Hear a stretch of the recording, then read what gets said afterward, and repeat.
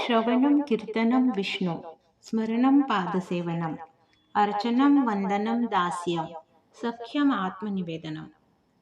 नवविधा भक्ती म्हणजे ईश्वरातील प्रेम व्यक्त करण्याचे 9 प्रकार, जे भक्ताला भगवंताशी जोडून मोक्षाकडे नेतात.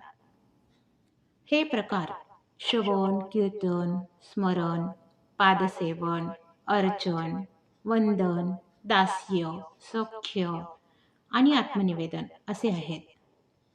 दासबोधामध्ये समर्थ रामदासांनी या भक्ती मार्गाचे सविस्तर वर्णन केले आहे, ज्याद्वारे भक्तीची पहिली पायरी श्रवण असून पूर्ण समर्पण आत्मनिवेदन ही शेवटची पायरी मानली जाते. नवविधा भक्तीचे 9 प्रकार आहेत. श्रवण भक्तीतून भगवंताचे नाम, कथा आणि त्याच्या लीलेचे गुणवर्णन ऐकावे. उदाहरण म्हणजे जसे की परीक्षित राजाने श्रवण भक्ती केली.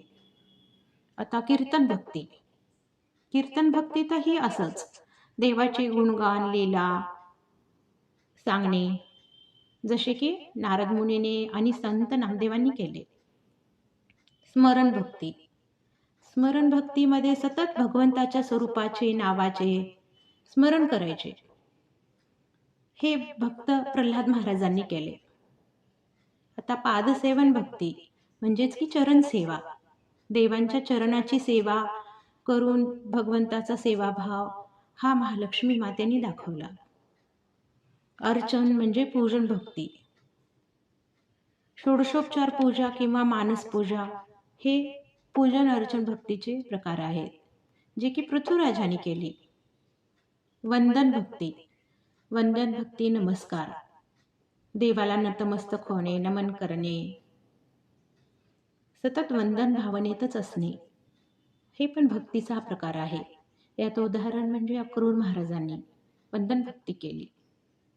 दास्य म्हणजे सेवाभाव, स्वतःला सेवक किंवा दास म्हणून सेवा करणे, जसे की हनुमंताने श्रीरामाचे दासत्व केले. सख्य म्हणजे मैत्री, देवाशी मैत्रीचे नाते जोडणे आणि निर्भयपणे भक्ती करणे.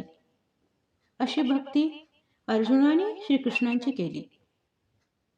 आणि आत्मनिवेदन म्हणजे भक्तीची परमोच्च शेवटची पायरी, भगवंतांना सर्वस्वी अर्पण करणे, स्वतःला विसरणे, स्वतःचे तन मन धन भगवंताला अर्पण करणे म्हणजेच आत्मनिवेदन भक्ती, जी की बळीराजांनी केली. अशी नवविधा भक्ती करून आपण भगवंताला प्राप्त करू शकतो.